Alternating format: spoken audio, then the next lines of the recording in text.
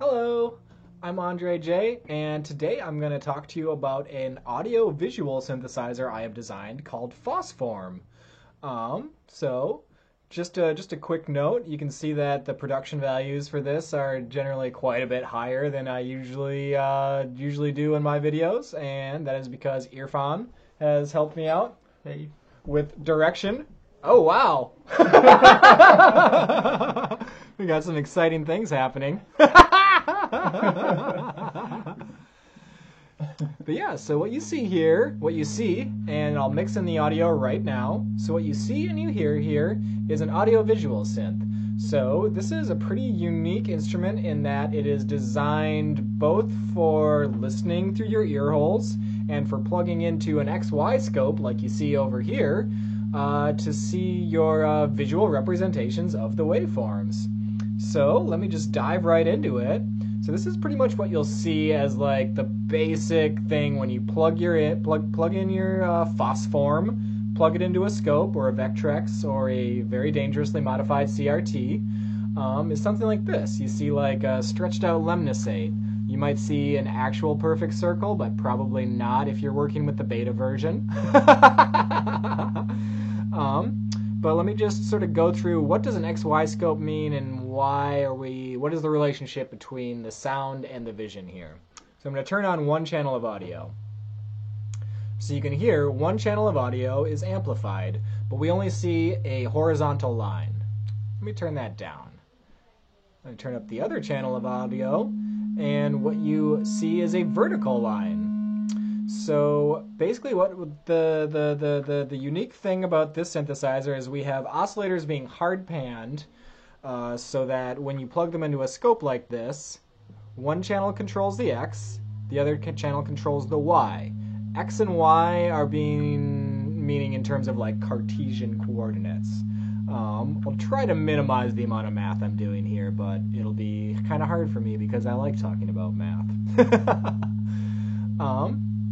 So, let me just play around with it a bit here. So you see, these are sine waves. This is the default wave shape for this. We'll go through the other kind of wave shapes you can get later.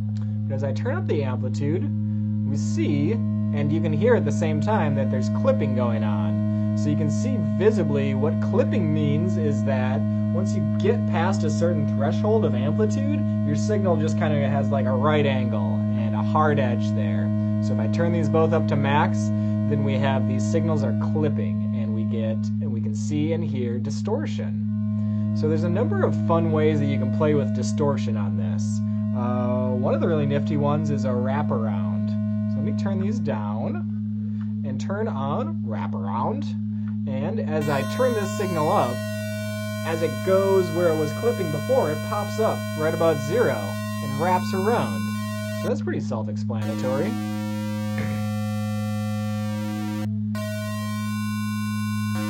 So I got this idea.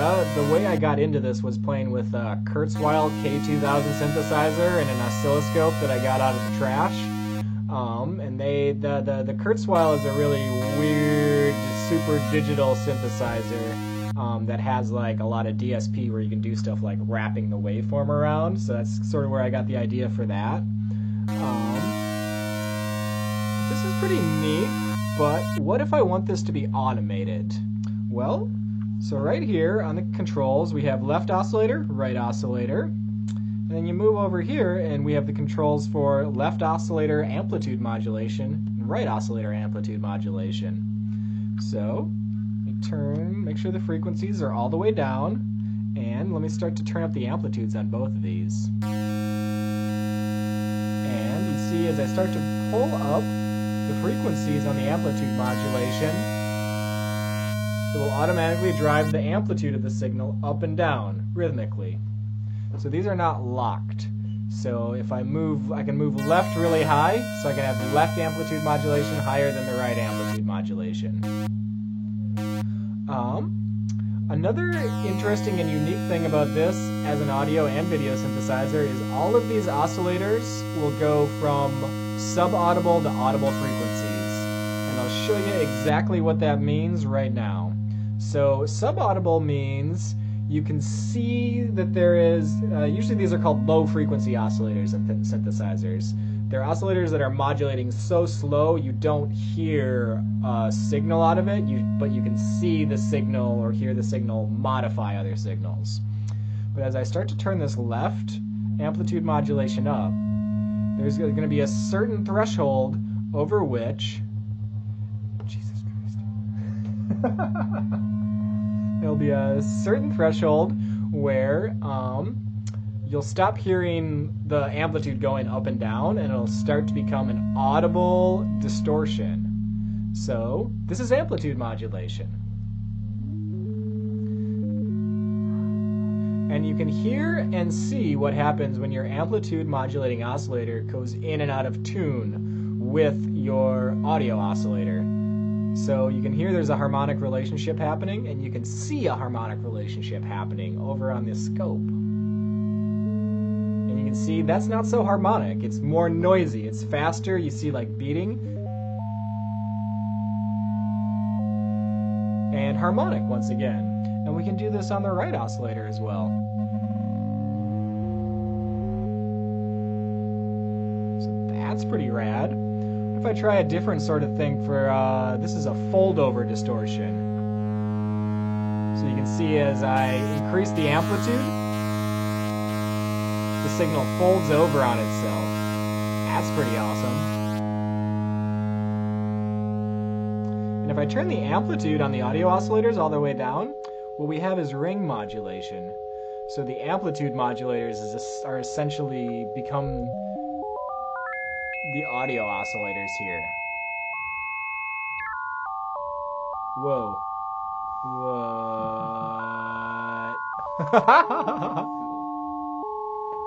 So that's pretty neat. So far we've just been playing with sine waves. What if we want to try some different wave shapes? So I can go over to the audio oscillator selection, and we can select from either triangle or saw. So let's just see if I change left to a saw and I change right to a triangle. This is what we get happening. And then say I want to change the audio or the amplitude modulating oscillator, I'll change them to saws and triangles in the opposite way. So saw, triangle. See, if I turn them all the way up too, we get what's called aliasing. So they go all the way down to sub-audio, audio frequencies, and then aliasing.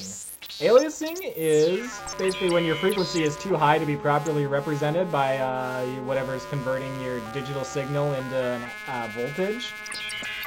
And you get these sort of like squiggly weird things going on here. I really like that. I really like aliasing a lot personally, so I'm going to make sure that aliasing stays in this all the way around, but I will be involving some fun little cheat modes and everything to like help lock into Lisa Ju or this sort of thing, harmonic relationships a little bit easier.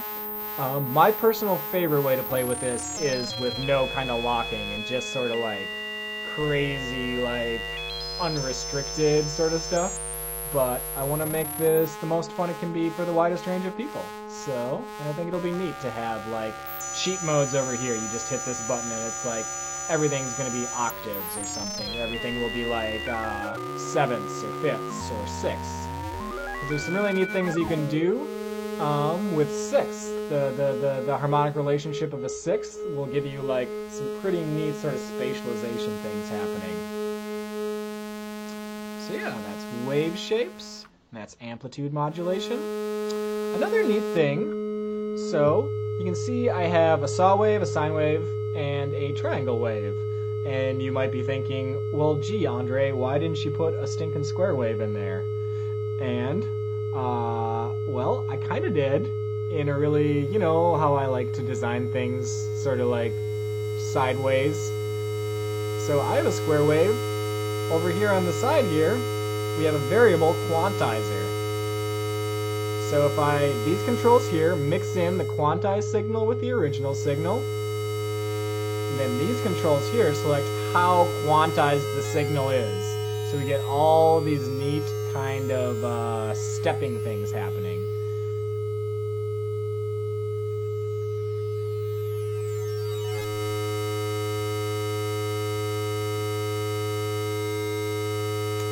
So the other fun thing about quantizing signals is that we can quantize any of the oscillators. So let's go back over to the amplitude oscillator. Let's leave the square waves. Let's leave these both on like pretty low quantized square waves and then mix a little bit of the original signal in there. And then I can go over to the amplitude modulator, I hit these buttons, and then quantize will quantize amplitude modulation. Let me just show you what that means.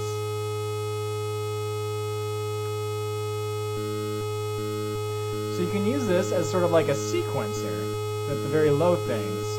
So you can see how the left and the right are sort of coming in and out. And you can use these for faster or slower. And then you can also use these for like square wave modulation, which gets really dirty and noisy. You can keep them low like this.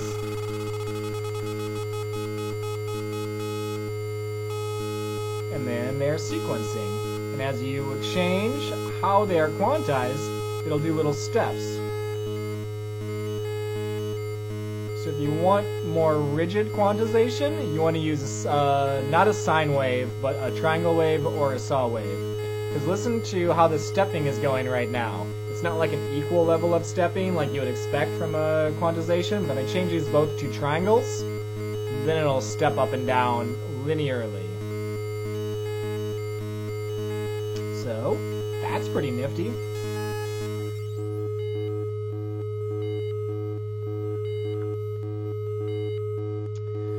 So, let's talk about phase for a second. I brought that up for a moment. What does phase mean in this sort of a context?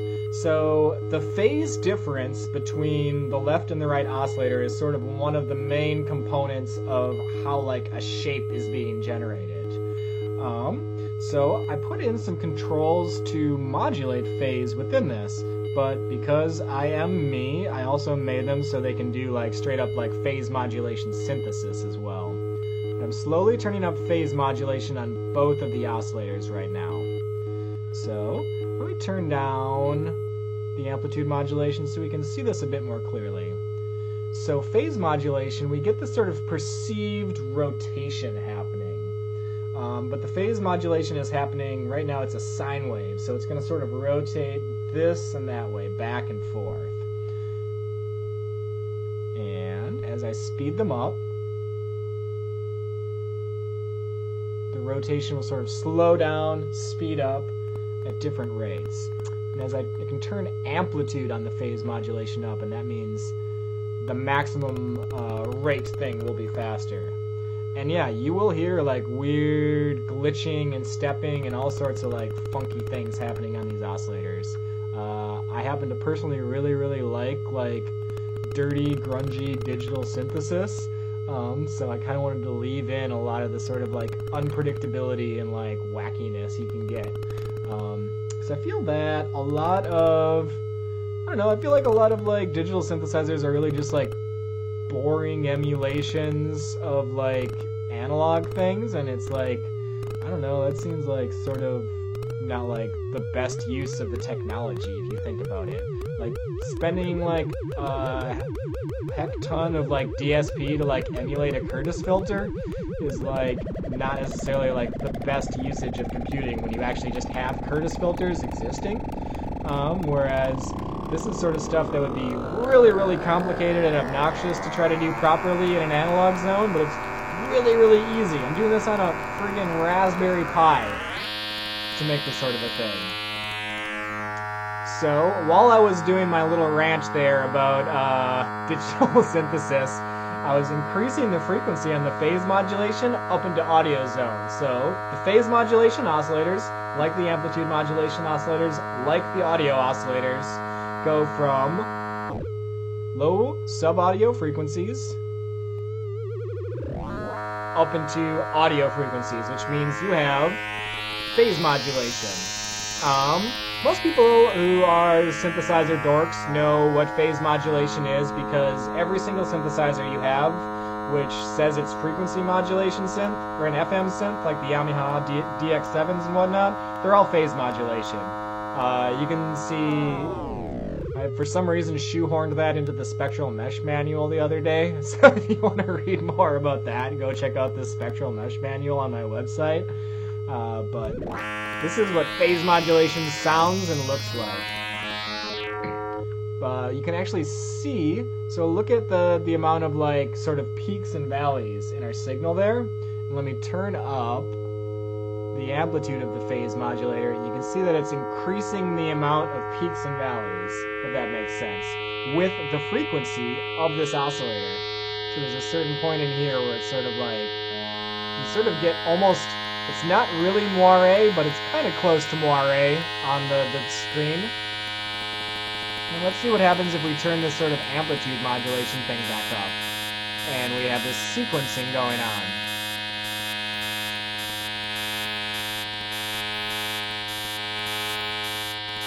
Try some different wave shapes.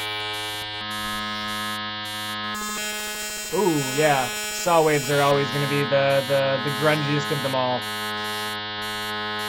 There's saw waves for the amplitude modulators. Back to triangle waves for the amplitude modulators. Some saw waves for the phase modulators. Okay, so it seems like I've covered everything that happens on here, which I sort of have, except for the fact that there's another set of oscillators you can control on each one of these. So, if I just hit this button, these two buttons right here, mean that now these controls will control another set of oscillators for the left and right, and I do the same thing on every single one of these. So there's a total of 12 oscillators, 4 audio oscillators and 8 modulation oscillators. So let's just go over, let me turn off the funky digital things happening over here. And let me just show you what happens when we have multiple oscillators stacked on top of each other. So, the original oscillator, we have these clipping sine waves here. Let's go back over to something a little more tame. And let me put on another set of oscillators. Turn up the volume on the other two oscillators.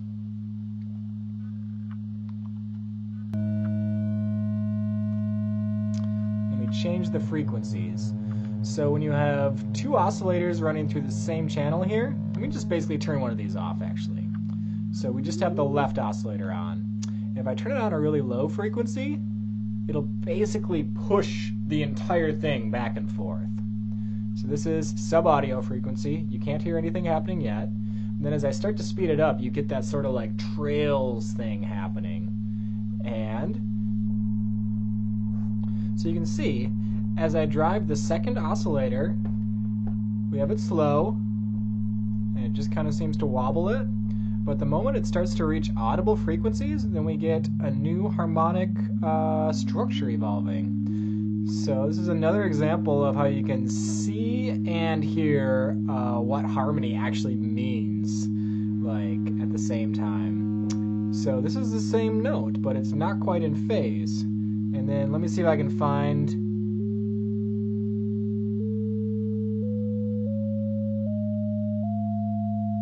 There we go. So all of these different, when we do different notes and they're layered up on the same channel, we get these same kind of like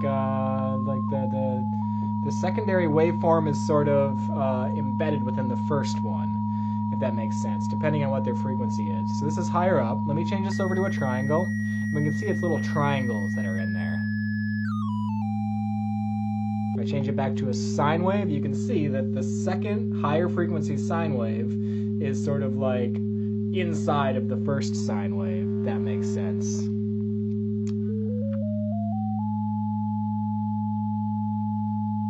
So, and then let me pull up an oscillator on, secondary oscillator on the right channel.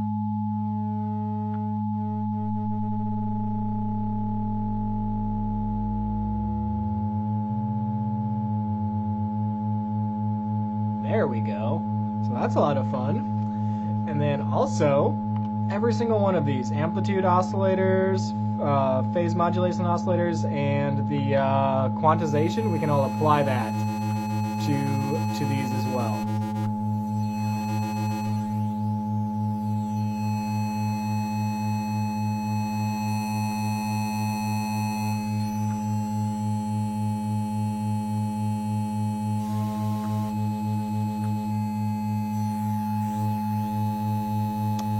one last thing I wanted to show you as well. So, we can also use the phase modulation to do sort of pitch stepping in a way. Let me show you what I mean by that. So, let me turn off. So now we just have these two high frequency oscillators right now. And let's try some phase modulation on that. Now let's pull the phase modulation down. And you can hear, so phase modulation goes from, if there was, here, let me pull up more of a, there we go. So slow phase modulation is just this sort of shifting and makes things rotate. High phase modulation is just a different kind of audio synthesis. But in the middle there, you can hear the pitches are going up and down. So you can use this sort of as a pitch sequencer. So let me change this to a triangle wave. And let me quantize the signal.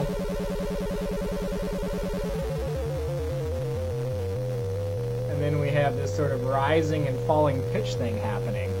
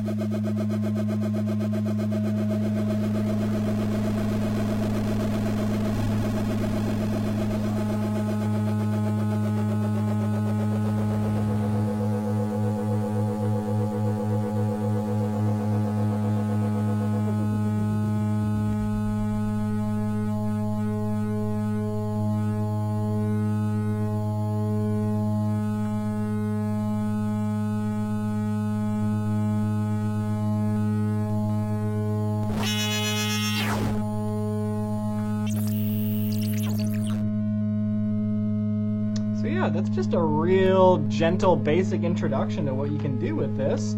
And I'm sure I'll be making a lot more of these in the future as I continue to develop and fine-tune and tweak this. But this is just sort of a basic guide to getting started. And yeah, definitely let me know in the comments if you have any suggestions for design things, or if you have any questions on, you know, what the heck this nonsense is. And yeah, have fun!